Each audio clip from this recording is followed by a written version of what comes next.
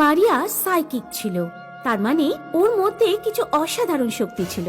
ও স্বপ্নের মধ্যে নিজের ভবিষ্যৎ দেখতে পেত, বহু ক্রোশ দূরের আওয়াজ ও শুনতে পেত, কিন্তু কেউই ওর কথায় বিশ্বাস করত না। মা, আজ আমি স্বপ্নেতে বৃষ্টি হতে দেখলাম। গমগুলো ক্ষেত থেকে নিয়ে এসে ঘরের ভেতর রেখে দাও। তোর কি মাথা খারাপ হয়ে গেল নাকি? বাইরে এত কড়া রোদ, বৃষ্টি হওয়ার ছিটে ফোটাও সম্ভাবনা নেই। যা তাড়াতাড়ি বাসন মেজে নে, না হলে কিন্তু আমার হাতে মার খাবি তুই। তার কয়েক ঘন্টা পরেই হঠাৎ করে চারপাশের আবহাওয়া বদলে গেল আর মুষলধারে বৃষ্টি হতে শুরু করলো। মারিয়ার মায়ের ক্ষেতের সমস্ত গম বৃষ্টিতে ভিজে গেল। গ্রামে একটা গাছের তলার বাঁধানো জায়গা ছিল, যেখানে বাচ্চা বুড়ো সবাই বসে কথা বলতো। একদিন মারিয়া দৌড়তে দৌড়তে ওইখানে পৌঁছলো আর বলল, জেঠু, কাল গ্রামে ডাকাত আসবে। আমি ওদের ঘোড়ার আওয়াজ শুনতে পেয়েছি। সমস্ত গ্রামবাসীদের বলে দিও সাবধান হয়ে যেতে। সব গরু মোষদের যেন ভেতরে ঢুকিয়ে নেয়। আরে বাবা, মনে হচ্ছে তুই পাগল হয়ে গেছিস। আমার এত বয়স হয়ে গেল, আজ পর্যন্ত এই গ্রামে একটাও চুরি ডাকাতি হয়নি। এখন হঠাৎ করে কোথা থেকে ডাকাত এসে যাবে? আর তুই কোনো অন্তর্যামী নাকি যে ওদের ঘোড়ার শব্দ তুই শুনতে পেয়ে গেলি? আরে কাকা, এই মেয়েটা একদম পাগল, সব সময় উল্টো পাল্টা কথা বলতে থাকে। আমি মোটেই পাগল নই। জেঠু আর বাকি লোকেরা মারিয়ার কথাটাকে পাত্তাই দিল না। রাত্রে যখন সবাই ঘুমিয়ে পড়ল, তখন ডাকাতরা ঘোড়ার পিঠে চড়ে গ্রামে এলো আর গ্রামবাসীদের আনাজ, গরু, মোষ সব চুরি করে নিয়ে চলে গেল। পরের দিন গ্রামের সবাই হাহাকার করতে লাগলো, আরে ডাকাত আমার গরু মোষ চুরি করে নিয়ে গেল। 100 কিলো ধানের বস্তা ভেতরে রেখে দিয়েছিলাম, চোর তো সেটাও নিয়ে চলে গেল। সব হচ্ছে ওই মারিয়ার জন্য। ও আসলে ডাইনি, খারাপ খারাপ স্বপ্ন দেখে আর স্বপ্নগুলো সব সত্যি হয়ে যায়। ঠিক বলেছো, ওই মেয়েটাকে গ্রাম থেকে বাইরে বার করে দাও। এইভাবে ওর সব স্বপ্ন ফলতে থাকলে এই গ্রাম বরবাদ হয়ে যাবে। গ্রামের লোকেরা মারিয়ার বাড়িতে পৌঁছলো। আমি খারাপ স্বপ্ন মোটেই দেখি না, আমি শুধু স্বপ্নে সত্যি ঘটনাগুলোই দেখি। আমরা ওসব শুনতে চাই না, এখন আর এই গ্রামে থাকতে পারবে না তুমি। আপনার একটু ধৈর্য ধরুন, আমি ওর বিয়ে দিয়ে দেব।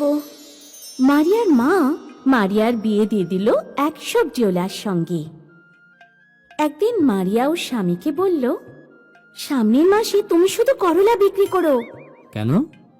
আমার কথাটা শুনে দেখো না, এই মাসে বড় বাজার থেকে অনেক করলা কিনে নিয়ে চলে এসো আর সামনের মাসে করলা বিক্রি করো। মারিয়ার স্বামী রাহুল কথাটা কিছুই বুঝতে পারলো না, কিন্তু মারিয়ার কথা অনুযায়ী 2 কুইন্টাল করলা কিনে বাড়িতে এনে রাখলো। কয়েকদিন পরে পুরো পৃথিবীতে MC2 নামের একটা ভাইরাস ছড়িয়ে পড়ল। ডাক্তাররা জানালেন শুধু করলার জুস দিয়েই ওই ভাইরাসটাকে মারা যেতে পারবে। হঠাৎ করে করলার খুব ডিমান্ড বেড়ে গেল, তার ফলে করলার দাম একেবারে আকাশ ছোঁয়া হয়ে গেল। মারিয়ার স্বামী শহরে গিয়ে 200 টাকা কেজিতে করলা বিক্রি করে এলো।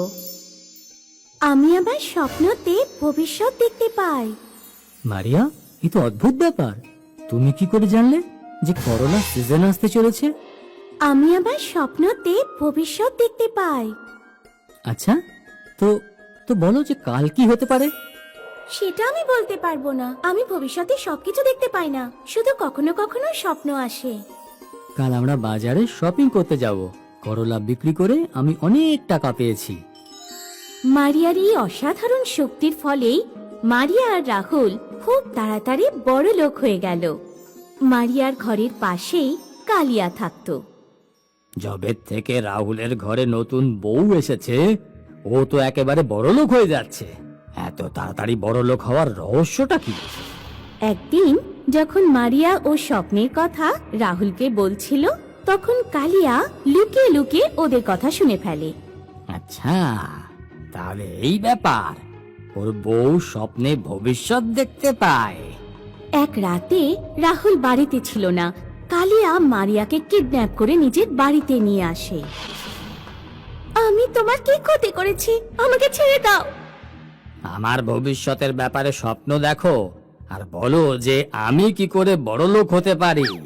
আমি সেভাবে স্বপ্ন দেখতে পারি না, স্বপ্ন মাঝে মাঝেই আসে। যদি তুমি স্বপ্ন দেখে আমার ভবিষ্যতের ব্যাপারে না বলো, তাহলে এখনই তরোয়াল দিয়ে তোমার গর্দান আলাদা করে দেব। তখন বাধ্য হয়ে মারিয়া কালিয়াকে মিথ্যে কথা বলল। তুমি বড় বাজারে গিয়ে আম কিনে নিয়ে এসো, আমের দামও অনেক বেড়ে যাবে। কালিয়া বড় বাজার থেকে অনেক অনেক আম কিনে এনে বাড়িতে রাখলো, কিন্তু আমের দাম বাড়লই না, আর সমস্ত আম পচে গেল। কালিয়া ভীষণ রেগে গেল। এই মারিয়াকে আমি জ্যান্ত ছাড়বো না। কালিয়া প্রচন্ড ক্রোধে তলোয়ার নিয়ে মারিয়ার বাড়ি পৌঁছলো। আমার সমস্ত আম পচে গেছে। তুমি আমাকে মিথ্যে বলতে বাধ্য করেছিলে। কালিয়া মারিয়ার দিকে তলোয়ার নিয়ে এগিয়ে যায়, আর তখনই মারিয়ার স্বামী রাহুল ওখানে পৌঁছয়। মারিয়া আর রাহুল দুজনে মিলে কালিয়াকে খুব মারধর করে আর একে পুলিশের হাতে তুলে দেয়। পুলিশ কালিয়াকে বেঁধে নিয়ে চলে যায়, আর মারিয়া আর রাহুল সুখে শান্তিতে নিজেদের জীবন কাটায়।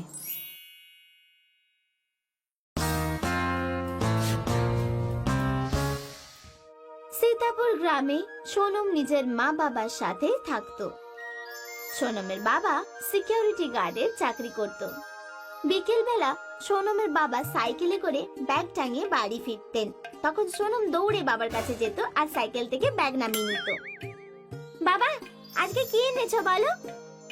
তুই এত বড় হয়ে গেছিস, কিন্তু আজও ব্যাগে কি আছে সেটা দেখতে চাস? আজ আমি বেসনের লাড্ডু নিয়ে এসেছি। লাড্ডু পরে খেয়ে নিস, আগে গিয়ে বাসন ধুয়ে নে। ধুয়ে নেব মা, তুমি তো সব সময় কাজের পেছনে পড়ে থাকো। সোনম বাবার সাথে সকাল সকাল পার্কে হাঁটতে যেত। মারে, এই প্রশ্নটা তো আমার করা উচিত যে তুমি বড় হয়ে কি হতে চাও, আর তোমার উত্তর দেওয়া উচিত। বাবা, আমি আমার ক্যারিয়ার নিয়ে খুব কনফিউজ থাকি। মারে, ক্যারিয়ারে কনফিউশন বেশিরভাগ বাচ্চাদেরই হয়ে থাকে, বুঝেছো?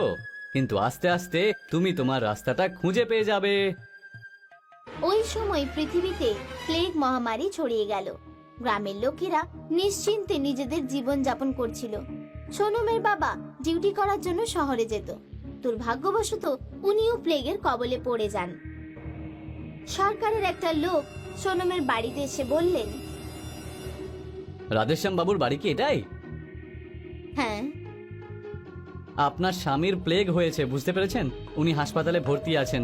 ওনার সাথে দেখা করার কারোর অনুমতি নেই। সারা গ্রামে লকডাউন করে দেওয়া হয়, আর কাউকে বাড়ির বাইরে যাওয়ার অনুমতি দেওয়া হলো না।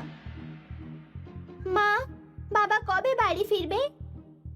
চলে আসবে মা। একদিন এক সরকারি কর্মচারী সোনমের বাবার সাইকেল দিতে বাড়ি এলেন। আমাকে খুব দুঃখের সাথে বলতে হচ্ছে যে রাধেশ্যাম বাবু আমাদের ছেড়ে চলে গেছেন। এই নিন ওনার সাইকেল আর এই ব্যাগ। সোনম নিজের বাবার সাইকেল দেখে খুব কাঁদলো। সোনমের বাড়ির সমস্যা এখানেই শেষ হলো না, মহামারী বাড়তে বাড়তে গ্রাম পর্যন্ত পৌঁছে গেল। এই জন্য সরকার সারা গ্রাম খালি করিয়ে দিল, আর গ্রামের লোকেদের টেম্পো করে পাঠিয়ে দেওয়া হলো। মা, আমরা আমাদের বাড়ি কবে ফিরবো? ধৈর্য রাখ মা, অন্ধকার যখন খুব গভীর হয়ে যায় তখন বুঝে নিস ভোর হতে আর বেশি দেরি নেই। 6 মাস পর সোনম আর ওর মা আবার নিজেদের বাড়ি ফেরত যেতে পারলো। মা, আমি সিদ্ধান্ত নিয়েছি যে আমি একজন সরকারি কর্মচারী হব। উচ্চ মাধ্যমিক শেষ করার পরে সোনম গ্রাজুয়েশন করার জন্য শহরে চলে গেল, আর গ্রাজুয়েশন করতে করতে ও সাব ইন্সপেক্টর হওয়ার প্রস্তুতিও নিল। গ্রাজুয়েশন কমপ্লিট করার পরেই সোনম এসআই এর পরীক্ষা দিল। ফিজিক্যাল টেস্টেও পাস হয়ে গেল, কিন্তু রিটেন টেস্টে ফেল হয়ে গেল। সোনম নিজের মাকে ফোন করে বলল, মা, আমি রিটেন টেস্টে ফেল হয়ে গেছি। মারি, সাফল্যের গুরুত্ব সেই বুঝতে পারে যদি সে অসফল জীবন দেখে থাকে। তুই নিজের প্রস্তুতি চালিয়ে যা, পরের বছর আবার পরীক্ষা দিয়ে দিস। সোনম 1 বছর তৈরি হয়ে আবার পরীক্ষা দিল, আর এইবারে ফিজিক্যাল আর রিটেন দুটো টেস্টই পাস করে গেল। আর ট্রেনিং এর পরে সোনমের ডিউটি রামপুর জেলায় শুরু হলো। একদিন বাসে একটা ছেলে যাচ্ছিল। বাস হঠাৎ থেমে গেলে ছেলেটা মেয়েটার গায়ের ওপর পড়ে যায়। তোর এত সাহস যে তুই আমাকে ছুরি! দেখুন, আমি ইচ্ছে করে এটা করিনি। বাসটা হঠাৎ করে থেমে যাওয়া এরকমটা হয়ে গেছে। মেয়েটা ছেলেটার কোনো কথাই শুনছিল না, পুরো বাসে চেঁচিয়ে চেঁচিয়ে বলছিল, এই ছেলেটা আমার সাথে খারাপ ব্যবহার করেছে। বাসে উপস্থিত লোকেরা ছেলেটাকে মারধর করতে শুরু করে। সোনমের ডিউটি ওই রোডেই ছিল। সোনম সঙ্গে সঙ্গে বাসের মধ্যে গেল আর ছেলেটাকে বাঁচিয়ে নিল। এখন যদি একে কেউ আর হাত লাগায় তাহলেও জেলে যাবে, কিন্তু ও আমার সাথে খারাপ ব্যবহার করছে। আমি কিছুই করিনি। বাসে ঝটকা লাগার কারণেই আমি গায়ে পড়ে গেছিলাম। কারুর দোষ থাকুক বা না থাকুক, কিন্তু এভাবে কাউকে একসাথে মিলে মারধর করাটা একেবারেই ঠিক নয়। আমরা তো একে এখানেই মারবো। যদি কারো সাহস থাকে এগিয়ে আসুক। সিসিটিভি ক্যামেরার রিপোর্ট বের করা হলো। ওই ছেলেটাকে নির্দোষ পাওয়া গেল। খবরের কাগজে সোনমের খুব প্রশংসা করা হলো আর সোনম লেডি দাবাং অফিসার নামে ফেমাস হয়ে গেল। কিছুদিন পরে পৃথিবীতে কোভিড-20 নামের একটা ভাইরাস ছড়িয়ে পড়ে।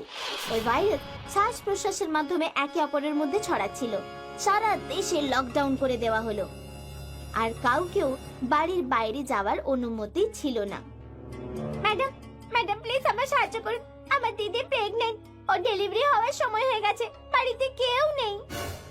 সোনম সঙ্গে সঙ্গে ওই মেয়েটার সাথে গেল আর ওর দিদিকে হাসপাতালে পৌঁছে দিল। হাসপাতাল থেকে ফেরার পথে সোনম দেখলো যে কয়েকজন লোক একটা মহিলাকে লাঠি নিয়ে তাড়া করছে। আরে এসব কি করছো তোমরা?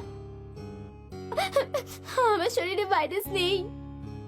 সোনম ওই মহিলাকে হাসপাতালে নিয়ে গেল আর ওর চেক আপ করালো।